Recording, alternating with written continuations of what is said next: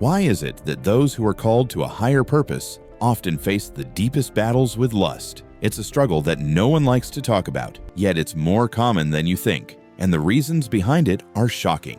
If you're feeling overwhelmed by this silent battle, you're not alone. In fact, there's a biblical explanation for it. Let's uncover the truth behind this hidden struggle. Throughout the Bible, some of the most anointed people faced fierce temptations. Think of King David, a man after God's own heart, who fell into the trap of lust with Bathsheba, or Samson, whose strength and calling were overshadowed by his weakness for Delilah. Even today, those chosen by God are not exempt from this struggle. But why?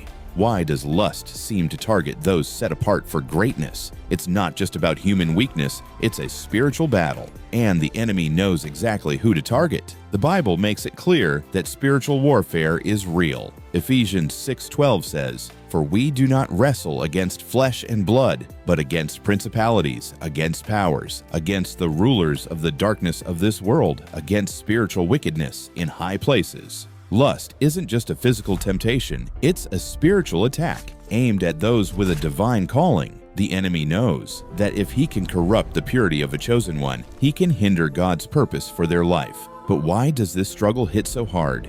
Here are 5 shocking reasons. 1.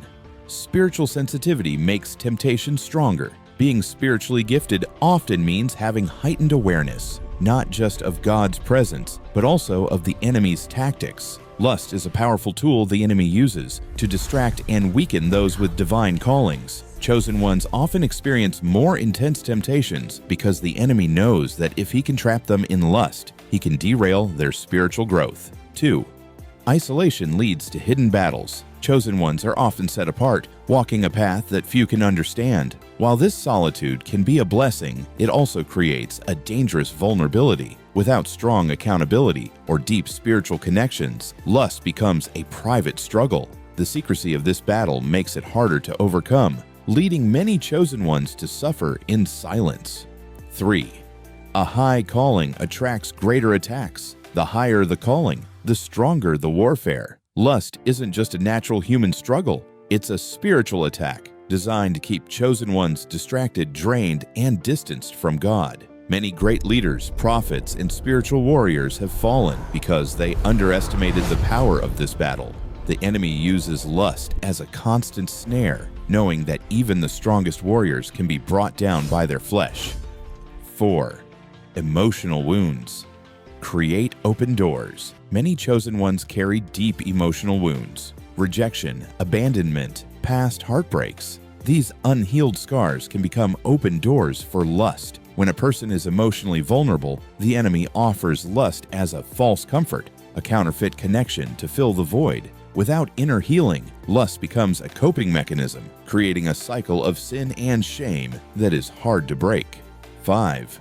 Strong spiritual gifts come with weak flesh. Many chosen ones have powerful spiritual gifts, but they are still human. The flesh remains weak, and without consistent spiritual discipline, prayer, fasting, and renewing the mind, the battle against lust intensifies. The greater the anointing, the greater the need for self-control. Without actively strengthening their spirit, chosen ones can easily fall into patterns of lustful thoughts and actions. Lust is a battle that many chosen ones face in secret, but victory is possible. Through spiritual discipline, accountability, and healing, they can overcome the struggle and continue walking in their divine purpose. The enemy's goal is to keep them trapped, but God's power is always greater. The question is, will they fight or will they fall?